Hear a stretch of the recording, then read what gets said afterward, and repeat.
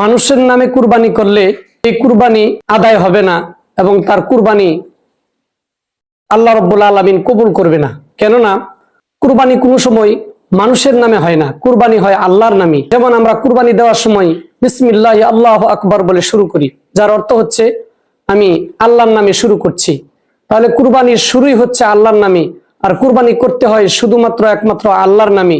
30 নম্বর পারা সূরা কাউসারের 2 নম্বর আয়াতের মধ্যে আল্লাহ রাব্বুল আলামিন বলেছেন ফাসাল্লি লিরাব্বিকা ওয়ানহার, যার অর্থ হচ্ছে হে নবী আপনি আপনার প্রভুর জন্য নামাজ ও কুরবানি করুন। অর্থাৎ আপনার নামাজ এবং আপনার কুরবানি এটা হচ্ছে আল্লাহর নামে, আল্লাহর জন্য।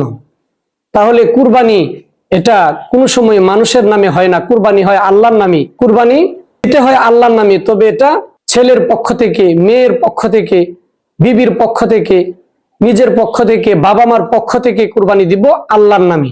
সমাজের মধ্যে দেখা যায় মানুষ কুরবানির দিন বিশেষ করে যাদের পক্ষ থেকে কুরবানি দেয় তাদের নাম লিস্ট করে যারা জবাই করে তাদের হাতে উঠিয়ে দিয়ে বলে এই লোকগুলোর নামে কুরবানি করা হচ্ছে, আপনি পড়ে নিন। আসলে এই লোকগুলোর নামে কুরবানি নয়, বরং আল্লাহর নামে কুরবানি এই লোকগুলোর পক্ষ থেকে, 6 শরীকের পক্ষ থেকে, 7 শরীকের পক্ষ থেকে, অথবা আমার বাবা মা ছেলে মেয়ের পক্ষ থেকে, আমার নিজের পক্ষ থেকে। তাহলে আমরা মূল কথা বুঝতে পেরেছি, কুরবানি হয় আল্লাহ রাব্বুল আলামিনের নামে এবং এটা মানুষের পক্ষ থেকে হয়, কারো নামে হয় না, কোনো ব্যক্তির নামে হয় না, বরং ব্যক্তির পক্ষ থেকে শুধুমাত্র একমাত্র আল্লাহর নামে কুরবানি করতে হয়।